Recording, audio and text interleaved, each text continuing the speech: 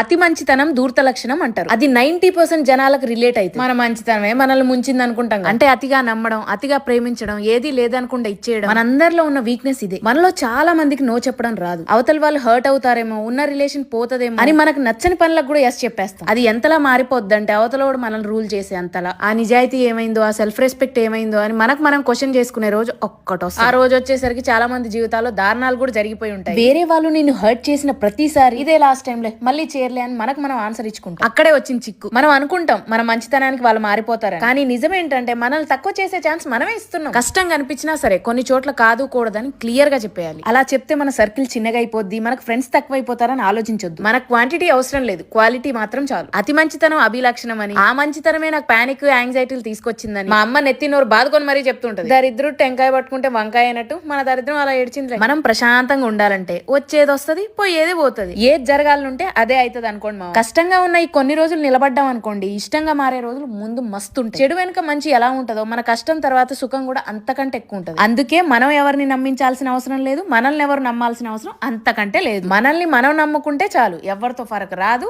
ఉండదు. త్యాగం చేసే అంత గొప్పదాన్ని కాదు, ఆగం చేసే అంత వర్స్ట్ దాన్ని అంతకంటే కాదు. మీరు బాగుండాలి, నేను మీకు తోడుగా ఉండాలి. అదే నా ఈ చిన్ని